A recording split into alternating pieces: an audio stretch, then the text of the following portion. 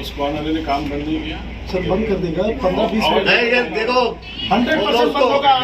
हे बघा आता आपण त्या मालकाचं चर्चा केली, मालकाचा फोन झाला, त्यानंतर भाई मालकाने सांगितलं मला की मी उद्या इथे येणार, तर सगळी इथली माहिती घेणार, परत भाईला सांगणार.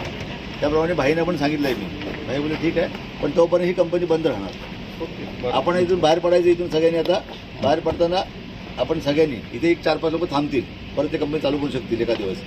आणि उद्या जर तो हिमांशू येणार असेल आणि त्यानंतर उद्या आपल्याला वेगळा निर्णय घ्यायचा, आपण सगळे 4-5 लोक घेऊन येते येऊ आपण. बरोबर, आपण सगळे लोक सगळे आलेत, सगळ्यांना मी धन्यवाद देतो. अशा प्रकारे बघा भूमिपुत्रांचे अन्याय होते तेव्हा आपण सगळे एकत्र आले पाहिजे.